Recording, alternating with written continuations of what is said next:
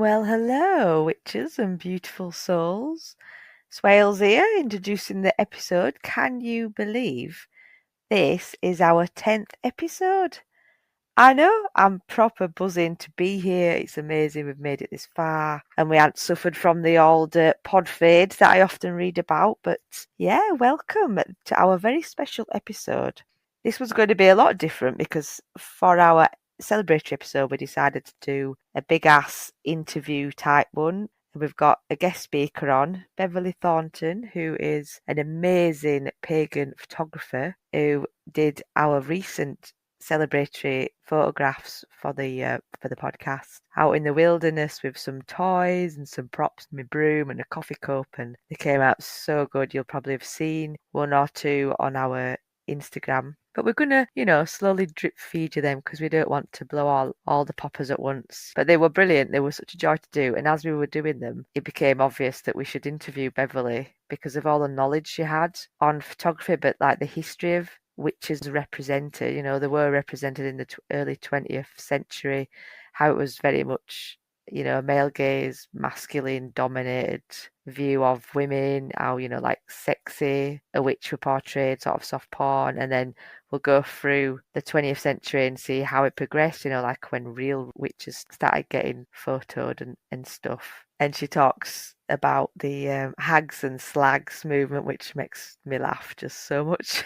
And where the typical witch, how the look of the typical witch, like grot bags, the green face with the cornflakes stuck on your chin. And, she briefly speaks about how it all began and where we are now and her own journey as a photographer who takes pictures of the pagan community. It's a really interesting episode, and there's lots of names you can go and research and find out more about history-wise, not just photography, but like the whole movement of Wicca and witchcraft and paganism. I do apologise for the sound quality. We unfortunately had to do it on Zoom because it was a freeway call and the internet was just not our friend, and I've tried to edit best I can, but there is some bits that I can't seem to get around, and I've tried quite hard. I hope it's not too much of a pain for your ears to listen, but it is well worth sticking around.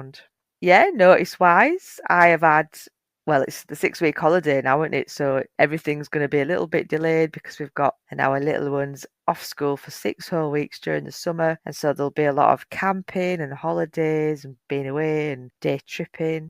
Also, since I last spoke to you, I took a plunge and I went into to meet the people who run the Bone Down community. So it's a poetry community that are all about taking public spaces back. So they meet publicly in parks around Leeds city centre and the surrounding boroughs. There's no money involved. They just have a banner that says Bone Down and people go and read their poetry there. So I took a plunge to meet them because I was a Tuesday free, which doesn't happen during school time. And I signed up and I read 3 of my poems out, which was so scary, but also quite uplifting. And I was really proud of myself that I took a plunge and I did it. But bloody hell, my heart was pumping. So on the 20th of August, I am going to be at their event in Headingley, I think it is, in the poetry rooms in Headingley, and it's going to be 12 till 6 celebratory event celebrating the launch of their Bone Down poetry zine, which yours truly has also got a poem in the pages of. So I will be there reading my poetry out aloud. If you're around and you're free, come on down, see the face behind the random bambolins on this podcast. LS16 Makers Market. So this is a local talent market which is going to be every second Sunday of the month at High Farm in LS16. There's going to be a lot of different types of people there, some spiritual, some not. I'll be there with my bell tent offering affordable Reiki in my little Delilah, and I'll have a few decks and witchcraft associated tools that you can have a gander at, and maybe purchase, but mainly I just want to meet you. The last time I was out, I was doing Reiki at Left Bank in the Cosy Caravan, and a fan came over to me and gave me a crocheted toadstool, and I was just absolutely chuffed with it. It was such a lovely thing to receive. And yeah, I just want to say thank you to that listener because it really does mean a lot to me. I like receiving gifts. It is a joy to be known and to be appreciated because I do this in my own time for free. I love doing it, but it can be a bit stressful and time consuming. But yes, thank you for the gift. I absolutely adore it. And the next time I'm at Left Bank, I think, is the 6th of September from 6 p.m. onwards in the Cosy Caravan. Feel free to contact me on my Instagram or the Bell.Witch podcast Instagram, whichever's easiest. Slide into my DMs and we can arrange to book you in. Anyway, that'll be it now from Swailes and all the chuntering going on. I just felt like I needed to give you a bit of a notice board as we're going to go dive straight in now to Beverley's guest spot on the podcast. So enjoy, grab yourself a drink, put your feet up, and I'll see you on the other side. Hello and welcome everybody to another edition of the Bell.Witch podcast. This is a special episode because we've got another awesome witchy guest in. I'd like you to meet Beverley Thornton, witch extraordinaire, who is an amazing photographer who took all our pictures for the Bell.Witch podcast promo stuff. So welcome, Beverley. Thank you, Emma. It's a pleasure to be here. And it's yeah, interesting that because I don't really identify as a witch. I identify as pagan, but not witch. my mistake. Yeah, Sorry, yeah. just presuming there. Okay, so do you want to tell us a bit about yourself? Yeah, thanks for inviting me on here. I've had the pleasure of doing a personal project based on paganism, which her own case dates back probably to the 1990s, although I've always felt pagan, but I think it was the 1990s when I suddenly sort of realised there was a name for it and kind of identified with that term. So I had the opportunity as an amateur photographer to do an online mentoring course. I felt a bit stagnant in my photography and I wanted to do something with a little bit more vigour and rigour. And so I joined up to an online mentoring course with Maria Faulkner and Paul Hill, who are two very eminent photographers. Paul Hill actually has an MBE in service to photography. Maria has got an amazing portfolio. She specialises a lot in dance photography and is currently doing some amazing work with dancers in the Ukraine in those circumstances out there in a war zone. Pretty eminent stuff, stuff that you think, woo. But I just felt I wanted something a bit deeper than the kind of photography I was doing. So it was a bit of an eye opener. It was a bit like going back to school or uni or college or something, with the kind of depth that you had to go into it and doing research and really thinking about your practice. Out of that, one of the things we had to do was a short project. It had to be completed between September and December of 2021, which was the length of the mentorship. So I thought about it and I thought, what would I really like to photograph? It needed to be something that felt meaningful. And of course, that was the run up to Halloween. And suddenly you're seeing all these images everywhere of witches who look like goth Barbies. They're absolutely sort of curvy and immaculate, impossibly good looking. Particular thing that kind of triggered it was someone who makes fire pits. He did this wonderful fire pit that was this outline of a witch, but again it was just this stereotype. And I thought, we still have that old which has been called Hags and Slags stereotype of witches. They're either kind of all warty and horrible old thrones, or there is impossibly sexy women that are very much determined by the male gaze and that impossible standard of women's beauty. And I thought, I know lots of pagans and witches, and they're all beautiful, but none of them look like that. That's an impossible standard that's being brought onto a group of people that generally are much more, you judge their beauty by their spirituality and their power and their energy. It's not so much about the surface. So it just felt such an unfair representation. So from that, I thought I'm going to do a project where I'm going to photograph my friends and other contacts and show contemporary pagans doing what pagans do. And of course, it was Halloween. One of the other things that comes out very clearly is the fear around pagans and witches. We're actually promoted as figures of fear and mystery, and which I know some people embrace, and that's absolutely fine. But there is that whole thing of demonizing the practice and the spiritual path. So again, I wanted something that challenged that a bit. And common theme that I know from everyone who I know who's a pagan is that reverence for nature and that connection with nature. So I wanted photographs that kind of represented that in some way and reflected that in some way. And that was my kind of aim in doing this work. And it was so much fun. I was lucky enough to be part of this project. Yeah, I'm making it sound a bit highbrow, but a lot of it was just like rocking up in the woods with your mates for an hour or so with your camera. I decided to work very much with natural light because I didn't want to carry a load of kit. It was just very much a one-to-one thing. So again, it was people I either knew or had been recommended to me and were willing to have their photos taken and be publicly acknowledged as pagan, because there's all sorts of issues around that, which you might touch upon a bit in when we talk about the history of photography. But yeah, it was great to go out with people, and I asked them to pick somewhere that had meaning for them, or somewhere that they liked, or was their local woods that they might practice in or walk through, or just had a connection to. And so that was nice too, moving to a variety of places around West Yorkshire, which I'm based, and kind of responding to people and responding to them in those environments and trying to capture something of the energy and the connection that they had with those places and that sense of place. Yeah, and the images you've got are absolutely beautiful. If I do say myself, because I'm Yeah, part of one of them. I got some crackers of you because we went. Well, I better not say where the place is because people might want to see us there again. We went to some local woods in the Leeds Bradford area, and we did quite a few photos of you in kind of your witchy clothing, which I know you like to wear. I ask everyone to sort of appear as they want to be represented, and for some people that's pretty ordinary clothing, very everyday, and for others it's been full bells and whistles, cloaks, swords, the lot. And so you came to be represented with a few of your sacred objects, as I remember. And then as we were talking, it became clear that you usually work skyclad. In my So I bedroom. said, yeah, in the bedroom, but of course this was out in the local woods.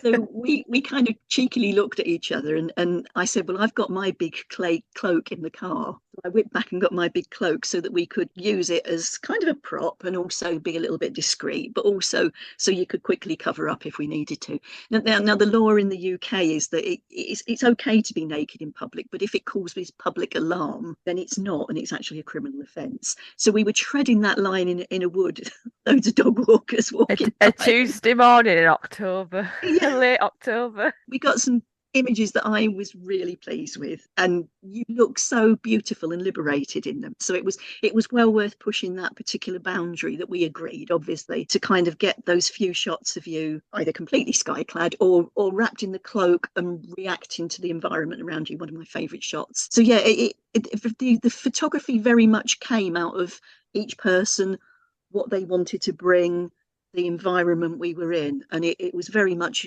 almost like a collaboration, a dance between the two of us to create the images. There was no pressure, but there was a willingness to explore. So that's kind of the way it worked. I was wondering quite a lot of questions that I've got milling around my head, and I'm also soaking in everything that you're saying as well. So there were a few questions. One was, which was your preference out of the images of people that came in all bells and whistles and people who dressed more ordinarily? Because it's quite a divisive subject within paganism. I mean, we joke about it a little bit. I like getting all my bells and whistles on, but there's like jokes about it being like LARPing sometimes. And Yeah, people tend to sit on either side of the fence where they absolutely love getting dressed up. They feel like the best self, or they think, well, witches are just ordinary people in everyday clothing. I kind of sit in the middle, one foot on either side of the fence.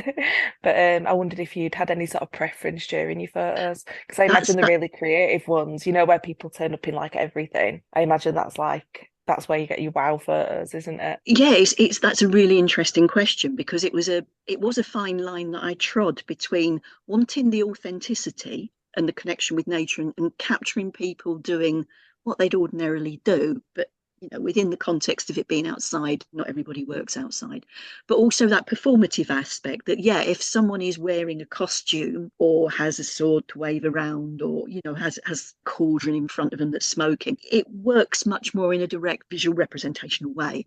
So yeah, there was always that pull, that tug between them. But some of my favourite photos also are of a friend of mine who is pagan, but not out as pagan. She's understandably, like a lot of people, worried about employment and other issues because of the misunderstandings that come around pagan practice. And so we shot her in a local woodland in clothing that she chose that was would pass as normal, but it kind of blended a bit with the environment, and it had a certain sort of witchy vibe, if you want to call it that. You know, it was kind of loose green velvets, those kind of, yeah, the clothes that make people feel comfortable, but also feel like they're textures and colours that resonate with nature. And we shot her anonymously. All of the pictures that we shot of her were done anonymously. So we've got a picture of her embracing a tree, but we're focusing in on the ring on her hand, on a ritual ring that means something to her on her hand, and her face is out of focus. Or we're doing photos where, again, she's kind of posing within the trees, but her face is down, she's got hair across her face, unless you knew who she was. And to be honest, she was actually wearing a wig, so she was pretty unrecognizable. And there's something about the anonymity that actually lets the viewer read into them. So in a way, the kind of personality of the subject of the photo isn't a distraction. It kind of hones in straight away on, if you like, the connection with nature and the message I was trying to get across. And in some ways, I think there's some of my more successful photos, ironically. But yeah, I do get what you're saying. It's kind of, some people feel happy with nothing on, some people feel happy working just what they've got with their normal clothing, particularly if they're in a public place. And other people were just loving the theatricality that can come with pagan practice and pagan costume. And it was lovely to embrace it all. That's me. I'm very theatrical. For me, I dress fairly alternative on any given day. So there are obviously days where it's like leggings and a jumper or what have you, but those tend to be like days where I'm like in a slump or what have you. But generally, on any given day, I'm wearing something quite quirky and quite unique. I've got quite heavy makeup on. So stepping into the sort of theatrical dress associated that I think a lot of people associate with paganism, and a lot of it's very sort of fantasy oriented, isn't it? And like based on like fantasy and medieval stuff, which is why I always say about the lap connotation, because if you go to like a lap convention, people will be dressed the same as at a pagan convention. And you can actually, I went to a medieval festival last week and I wore my pagan dress, beautiful red velvet witchy dress that just completely fit in with like the fantasy medieval theme. But yeah, I think there are a lot of pagans out there who tend to just dress complete like you wouldn't have any idea that they were pagan. Yeah. Normally. Yeah, my Yeah. starting point was that I wanted to be able to have the people I was photographing feel as comfortable as possible, and to be able to sort of establish a rapport with the real person in front of me, because it Yeah. was portraiture work. So it mattered that they represented themselves how they felt they would need to be. And when I did the first sort of call for people, I said, if you're a jeans and t-shirt witch, that's absolutely fine. Doesn't mean that they're not part of the whole pagan community and deserve representation as well. But yeah, I think generally pagan people tend to be a little bit on the alternative side. I mean, we like Embracing stuff that. as well. Yeah, we like stuff. It's Yeah. like me and Swailes, if we went and had a coffee today, I'm in quite a flowery dress. Swailes is usually wearing either blue or green and usually just like jeans and a few layers of like vests and waistcoats and cardigans. We Like an usually have our onion. witchy jewelry on and our piercings and stuff. And a hat. Yeah, but take us to a pagan camp and it's like the bells are OTT. That's to shine, isn't it? Yeah. yeah, I'm packing my belly dancer belt and my massive blanket ponchos and It's lovely to have these safer spaces where you can fully embrace who you are and show that, I think, in your clothing. And I think that's wonderful. And that is something that I did try to encapsulate in the photos I took, if people were willing to present themselves in that way. And most were, yeah. funnily enough, most were seeing it as an opportunity to embrace that. I think for some people it's like it's a creative opportunity to let themselves shine, isn't it? Absolutely. And to kind of really immerse themselves in the image that you have in your head of you as a witch. Because for a lot of us, the reality is that day to day, we do witchcraft. We may sit and draw sigils. We may wash our door down with cinnamon on the first of the month, or, craft incenses, or be reading our witchy books, and we'll be doing those in our like normal clothing. But we have these images of ourselves as witches as well. And I feel like sometimes it doesn't match up with what you actually look like. So it gives people an opportunity to really present that side of themselves, doesn't it? It's almost like stepping into your ideal self, isn't it, and representing that. It's an artistic, to me, it's performance art, really, in a way.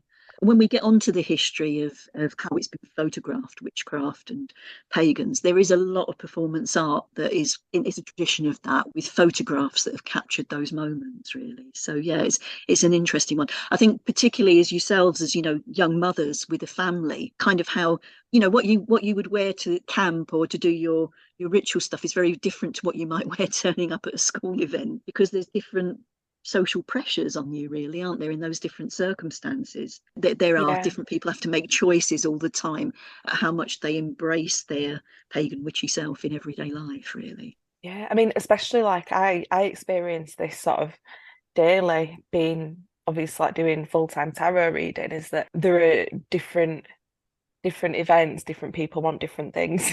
So at a pagan camp, they might want something more akin to, really, really witchy OTT dress. Where if I'm at like a 1920s bar, I'm always going to be a bit alternative, but I'm going to dress a little bit smarter. You've got different outfits for different situations, haven't you? And it just shows like how many different kinds of witch even one person can be. I mean, I've always dressed weird before I were a witch. Witching came after. I was joking, like what I can wear to the school run, what I can get away with. Pointy hat. I mean, I'm more or less the same. I mean, I became pagan and goth at around the same time. To be fair, I was actually like fairly pagan in childhood. I just didn't have a name for it back then. But by the time I had a name for it, I was already like goth. What was your journey into paganism like, Beverley? Funny enough, I used to be involved in community radio. This is going back to like the 1990s, early 1990s. We were always looking for interesting people to interview. There was a woman called Sheila Brune, who was a local artist, who was running a series of courses at the local community college called Aspects of the Goddess. And this was back in the days when kind of further education or part-time education would just be leisure subjects for interest. You didn't have to have a qualification tied to it, which I think absolutely changed the whole way of. But those days, there was really a variety of lovely things that used to be offered. And I thought, oh, that looks interesting. I'll interview her. And I ended up going to the sessions that she did, and it was a complete eye opener. And it was a bit like coming home. There's just this whole thing about, my God, there's a goddess. That religion isn't this kind of narrow patriarchal system that's been kind of around. I mean, I've not been particularly practicing, but my children went to a C of E school, so I kind of had more of a flavour of it, and used to find myself getting quite angry at some of the things they were being taught. And suddenly this was like an opening up. God, yeah, there's this kind of balance, this reclaiming of the goddess. And so that kind of got me interested in doing other things that the Sheila introduced me to. She introduced me to some people, and through that I got involved with a group that was running at Hebden Bridge, which was a group of women who were very generously doing a kind of set of training sessions around all of the festivals. And so for like a year or so, and they taught the stages of doing a ritual in each one. So like the first one we did was kind of like you did purification, and the various stages that you might do were tied on. So by the end of doing a whole Wheel of the Year, you've kind of gone through the whole stages of what you needed to do to run your own ritual. We all just brought food to share, and it was very supportive, and the kind of rituals and ceremony did were very much around kind of empowering ourselves or our own self-development. So it was an absolutely lovely experience. From that, I ended up doing another year or so with a male partner, worked for a sort of another round of Wheel of the Year. And then after that relationship sort of ended, and therefore it was a case of like, where do I go now? And I got into shamanism. There were, again, various people, just things have tended to happen by serendipity. You'd be doing something and then this name came up and you just thought, oh, I'll give that a go. And so for a while I was doing the kind of drumming, sweat lodge, journeying type stuff. And there used to be a woman who worked as a ranger over at Lotherton Hall at the time. And she was running these wonderful events in a teepee there that were kind of about protecting the environment, but had very much a shamanic sort of edge. And then other things, I ended up doing other sweat lodges in various places. And then it just got to a point where I got strong messages I just needed to work on my own. So in a way, I reined all that energy back. And while I still called myself pagan, I wasn't very public or very active anymore, but I read books. I've always kind of followed the moon a little bit. And yeah, and then I kind of got into five rhythms dancing, which is another spiritual path that has so much. I've heard of five rhythms. It sounds amazing. Yeah, I was massive five rhythms dancer for years and years, and organised local events. There's a lot of people, while it isn't a spirit, it's not a pagan path, there's a lot of people who embrace paganism within it. And again, it's about your spirituality, your development, as well as feeling that you're kind of inhabiting your body. You know, it's one of those things that's always a bit ineffable, and it's quite hard to describe. So I was involved with that for a lot of years, and then got a feeling that I needed to stop that, and stopped it, and then embraced it again for a few years. And the thing that's kind of stopped me really has been the pandemic, and then a bit of decline in my physical health, really, which means I'm not quite as able to do 10-day workshops or whole weekend workshops as I used to. So that's basically my journey to it. So it's been one of those things that I've always danced around, and I've moved through. Oh, there was a bit where I actually was doing quite a lot in the northern tradition, and I made my own drum in that tradition, and that's still one of my most prized possessions. So I've had a bit of an eclectic path, really, but always kind of felt, yeah, I'm quietly pagan. I don't wave a big flag about it. But when there's chances to kind of engage in the community or do things like this project, I just love to take those opportunities, really. That's cool. I like that you listened to your own intuition and you just followed stuff, without succumbing to having to show people things, and which a lot of it, I feel sometimes you've got to prove yourself a bit too much, which I'm getting over now as I get older. But when you start out, you feel like that, don't you? I think I have the benefit of age, and also you're just more tired that you can't be bothered to do.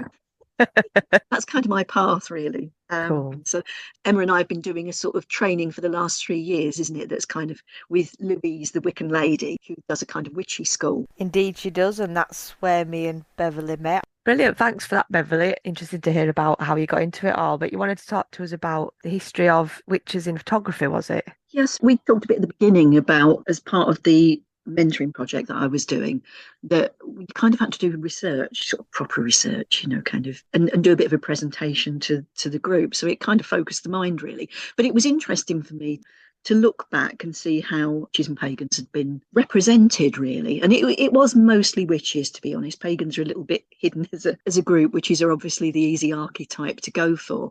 So I kind of looked back over pretty much, it was most of the 20th century stuff, really, up to the present day. And one of the key figures right at the beginning was this chap called William Mortensen, who was a very eminent Hollywood photographer back in the sort of 1920s, early 30s. He did this series of witches, kind of soft porn with the nude witch on a broomstick, the totally male fantasy type figures. But these were understandably quite popular. One of the interesting things about Mortensen's work is that he was almost one of the forerunners of what we'd call Photoshop now. He did a lot of manipulating his film with razor blades and scratching and other techniques to try and give a bit of atmosphere to them, so they weren't straight, beautifully lit portraits exactly like his Hollywood work had done. And it came to a bit of a grief in Hollywood because he was, I think, alleged to have had some sort of affair with Fay Wray, who was the struggling woman in the hands of King Kong in the movie, that actress. And as a result, he kind of fell a little bit out of grace. So he started his own photographic school. For many years, was very influential with amateur photographers because he did a lot of teaching articles. Wasn't accepted by the mainstream. Ansel Adams, the famous photographer, called him the devil because they felt he's kind of, because of his fantasy subject matter and his techniques that weren't the very photorealistic sort of modernist fashion at the time. So yeah, he kind of fell a bit out of grace, but he was one of the early proponents of the glamorous woman on a broomstick archetype of a witch, if you like. And obviously that goes back into art. That's kind of, there's a history of that in the history of art, but I won't go too closely into that today. And then this one is we've all seen The Wizard of Oz, so that's very much Wicked Witch is the archetype there. And there was a famous photo done by Virgil Abloh, very influential in terms of photographic representation of witches. Then I'm going to jump forward to the 1950s, really. Of course, we've had the repeal of the Witchcraft Act in, I think it was 1951, wasn't it? And Gerald Gardner, he's on the scene, publishing books like High Magic's Aid and other books. And you suddenly get a run through the 50s and 60s into the 70s of photographic representation of actual witches in books that are explaining witchcraft or kind of intended to inform. And there's a whole conflicted history there about whether people were happy about the secrets being revealed. And Gerald Gardner was very much, as I understand it, a proponent of explaining what went on because he wanted to recruit it. He recruit to the religion in a way that a lot of people say he founded. So in that sense, there are all these interesting photos, but they do tend again to be naked high priest. So the kind of, there's an interesting sort of if you like dichotomy here of like these cozy pictures of people in their front rooms with, you know, patterned carpets, patterned wallpaper, and a whole lot of ritual objects doing things like this picture of Eleanor Raybone, who was associated with the Wiccan movement, I think initiated by Gardner. And then also these other ones where later on you've got the high priestesses like Maxine Sanders in states of sky cladness, if you want to call it that. And quite often the male figures are still clothed, the female are unclothed, but that also could be because of obviously the publication laws around it. There's certain sort of sexism in that at the time. There's inequalities in that. So you do get these whole sets of kind of actual ritual photographs, or people, if you like, staging rituals to be photographed, whether they're the actual rituals or not. So yeah, that's kind of the context of the photography. Then you get up to kind of the 70s and you start to get, mostly from America, a blending of the women's movement and the witch archetype. There was this movement in America called, I just have to check the name because it's an acronym and I can never remember what it stands for because they kept changing what it stands for. So it was the Women's International Terrorist Conspiracy from Hell. And they staged From hell. from hell, yeah. And they staged public demonstrations over various things like on Wall Street and other things, dressed as witches in the archetypal pointed hat. And it was very much done as a political movement. And then at other times they described themselves as women inspired to tell her collective history. That's another acronym for it.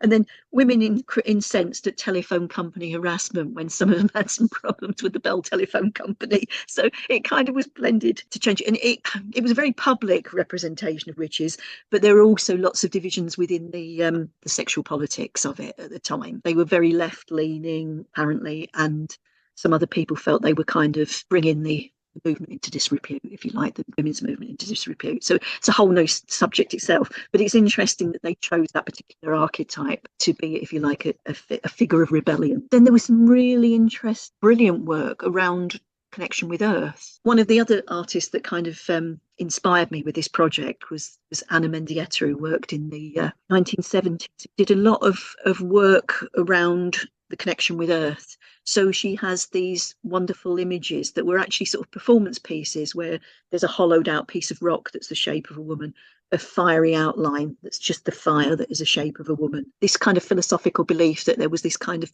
connection between inanimate and inanimate objects, that everything was connected, which I think resonates a lot with a lot of pagan thinking. Sadly died very young, really, in her early 40s. And then this one, Mary Beth Edelson, who did similar work at a similar time, kind of goddess figures with big shell heads, powerful naked sort of poses, and long exposure photography with people in sort of circles of candles. So again, yeah, pretty much quite revolutionary for its time. And then coming up to present day, there's been some really interesting work done by American female photographers, on representations of witches and other psychic and occult practitioners.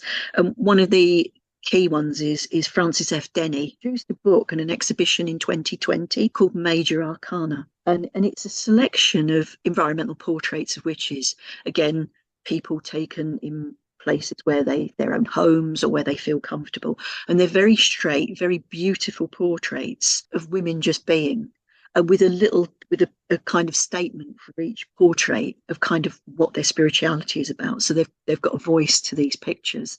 It's a lovely book. I've got a copy if you want to have a look at some time, but I do recommend it. I'll put a link that you can put in your description if you like, because it's a lovely book to look at. And one of the witches in that is Starhawk, who people of my age would recognise as a key name in the development of kind of witchcraft, particularly witchcraft that's tied in with the women's movement. And there's a beautiful portrait of her now in that. Well worth a look.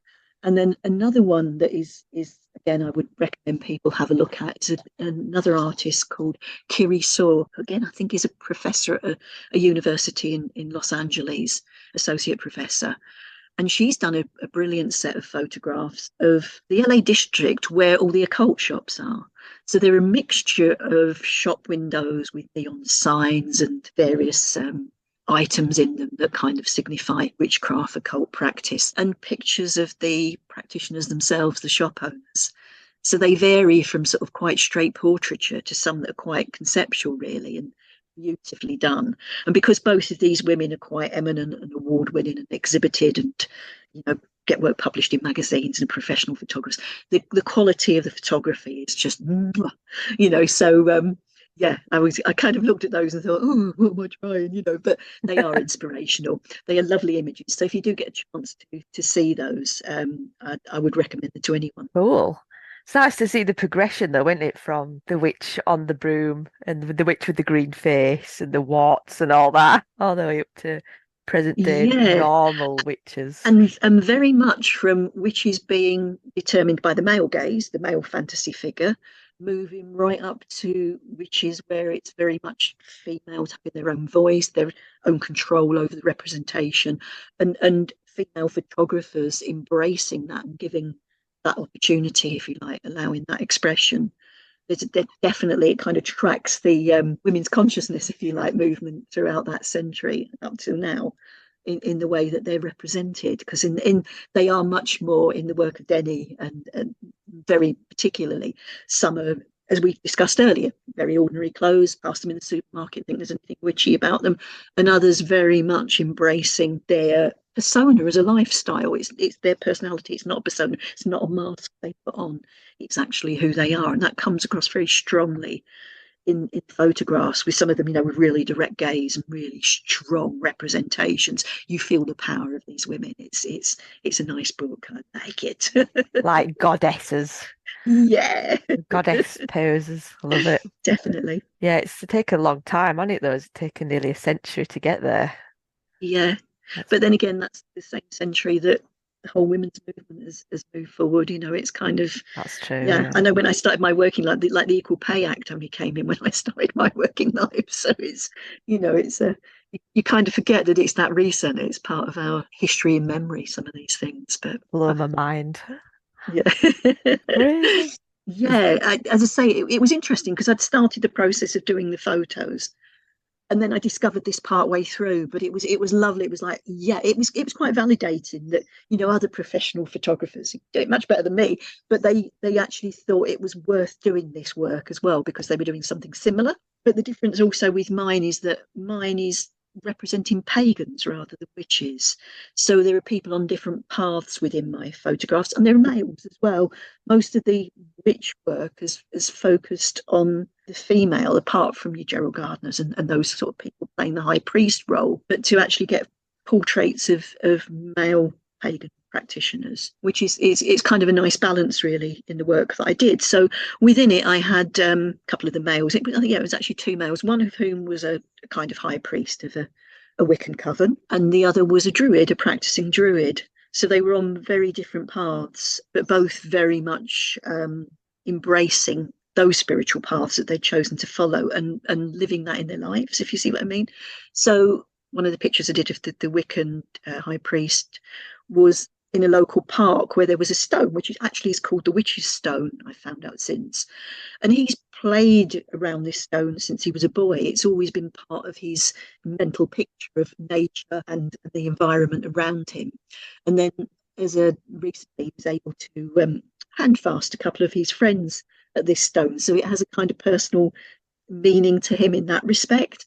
And we did some pictures. Again, it's in a park, there's dog walkers going by, it's, you know, it's a busy place, there's a cafe up the top, not anywhere that you would think is particularly mystical, but there's this beautiful stone that kind of no one quite knows why it's there, but it's been called the Witch's Stone.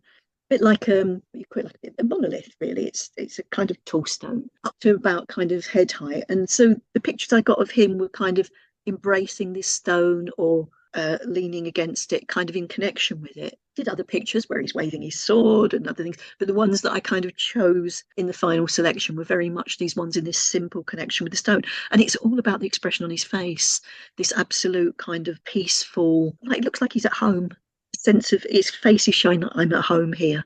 And they're two of my favourite pictures, really. And we talked earlier a bit about kind of how you represent something kind of ineffable and magical without it becoming too performative. And that's been my challenge all the way through this as my skills in Photoshop have grown, because I started out doing very straight portraiture. As I gained skills, I had the ability, and also I could see that there was an added flavour if I add a sort of magical overlay to things. And I'm not talking necessarily about, big moon in the sky and sparks and things, although I have done that for fun. But on these, it was just like maybe changing the quality of the colouring and colour toning, and just adding maybe a little bit of kind of mist or texture to the pictures that helped enhance the atmosphere that I hoped the pictures were putting across. So in this one where the high priest is in connection with the stone, I've kind of blurred out the background quite a bit and made it softer and greener, and just so in a way he's encapsulated in a moment, in a bubble, in a kind of magical bubble within that very public place. That's kind of the approach I took with it, and that grew in the course of the project. At the beginning I was thinking, yeah, these are portraits, and one of the challenges was that because I was taking them at different times in different places, the light quality is really different, and photographing under trees with not much light ain't easy, and I found that as well. So there's lots I would do differently if I was going to do this project again, and I do still hope to expand it. It's kind of, life has got in the way. Yeah, I've learned a lot by doing it, and as my skills have increased, I think I would do things slightly differently if I did it again. But yeah, and I'm finding people in the photos and other people are responding more to the ones where I've just got this subtle sense of magic that I'm doing in post-production. I'm not want to do them, make it seem like they're on top of a mountain with lightning coming down and Gandalf or anything like that. I'm not doing more. Less is exactly. more. It's just a little hint of something that enhances the quality of the photos, really, in the atmosphere. Yeah, I mean, I like the dapple effect you did on the one where I'm sat down, kid, and you did the really dapple light on my what skin. that actually was, I'd taken some photographs of the trees. Whenever I'm in one of the environments, I try to take pictures of that environment. So there was like some tree canopies, tree barks, and then I used those as overlays and textures. And so it's like the environment is blending in with the subject of the photography. And I found that's good. And also skies are beautiful, and sometimes using the sky as a texture. And it's a technique I've used on some of the recent photographs I've done with you and Jodie for promoting this podcast as well, is using those kind of natural elements as textures and overlays in the photos to just try and create a feeling. Yeah, no, it's a really lovely thing to do. The day we did it, I mean, I had so much fun. I didn't feel the cold until I actually got dressed. And then afterwards I'm like, bloody hell, I'm freezing. You were definitely in your element in the skyclad picture, but you were in all of them. And I think we were very fortunate. The light through the trees was very kind to us that day, so we did manage to get some beautiful pictures of your face lit by natural light, I think. That's always the challenge, is finding the light, and particularly if someone comes in a black dress, which people do. I know. Yeah, it's the worst working with that contrast range in a set of photos. There's been definitely some technical challenges that I've had to face. I had so much fun doing it, and as I say, it was a cold time of year. It took them all between it was late September to middle of December, and some of those days were cold, but I did some beautiful shots and lovely. And there's a bittersweet nature, because some of those places that I took photographs of people don't exist in that form anymore. They don't have access to them anymore for various reasons, and one of the other people I took, her health has declined, and so she now wouldn't be able to do the things that she's doing in that photograph. And so it feels very much like we captured a moment in time as well, and they're very bittersweet, particularly the ones where the person no longer has access to the location, because it meant so much to her through circumstances beyond her control. It's no longer available. I look back on those and it kind of gives me a lump in the throat, really. I feel a bit of a personal connection to everyone I photographed. And when you edit someone, you're staring at their face very closely, and so you feel like you know these people better than you actually do. Oh, familiar. When you see them again, you go up, like you're an old friend, but actually you've only spent an hour and a half with them on that occasion. It's a very intimate experience doing a one-to-one shoot and talking about people's spirituality how they want to be represented. It's a very privileged experience, and I really felt that, and I honour that, and I treasure that. Yeah, and you can tell you make people feel at ease, which means you get, better photographs because people know they're in a safe space with you and stuff, and that in itself is a big deal to be a photographer. Oh, thank you. Can't really do that if people are not into you. Where can our listeners find you? That's an interesting one. Some of my work is on Instagram. I tend not to update it. I've talked about doing a Facebook group for this because I do have a list of people who I've said, yeah, I'm going to pick this back up again, and photographs who are keen to be photographed, and for various reasons I've just not been able to get round to it, and I would like to do that, so it would be nice to have somewhere. But in the absence of that, best place is probably my Instagram. I don't have all the pictures on there, but maybe after this podcast I'll go and upload a few more and put on there. But yeah, that's where you can find me. That's probably the best place to see my photography is my Instagram, which is Beverley Thornton, Beverley with 3 E's. So yeah, please go on there and give me a follow, and comments welcome, and what have you. And if you are in the West Yorkshire area and you don't mind someone who has got a lot of time to do it and is held back by physical things like a back that's going all the time at the minute, but you would like to be a photographic subject, a part of the project, because I would like to keep it going. I so enjoyed it. Ideally, I'd like I'd like a pagan for every day of the year. I'd like a book that says 365 pagans. Amazing. I love that. Yeah, that Oh would my be God, nice, wouldn't it? so That would be good. nice. Yeah. So a portrait for every day. So yeah, if you people are interested, just comment on your podcast, and I'll make contact if I can. Yeah, we'll yeah, link you up and everything. And recently, Beverley did our pictures for the podcast, and they're just so good. I really love them. Oh, bless you. Stood on the hill, and I like the one where I'm drinking coffee, looking Oh, that cheesed was off. hilarious. That one, wasn't it? Yeah.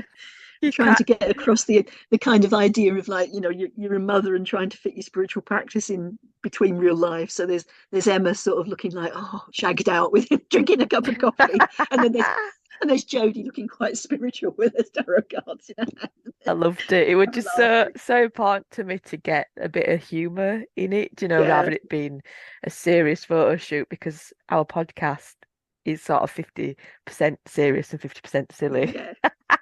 And when you've got kids around, you've always got to be silly. You've got to. Yeah, So, and you shoot. caught it really well. I think it comes across pretty cool. And we'll slowly share them throughout Yeah, the year. thank you. So Great lovely. stuff. So it was a pleasure. Thank you Well, very much. thank you for having me, as they say. Yeah, just keep being beautiful, all you pagan people, because I will turn up with my camera and capture you in all your diversity and your grittiness and your beautiful selves. Thanks very much, Swailes. Thank you. Bye. Bye bye for now.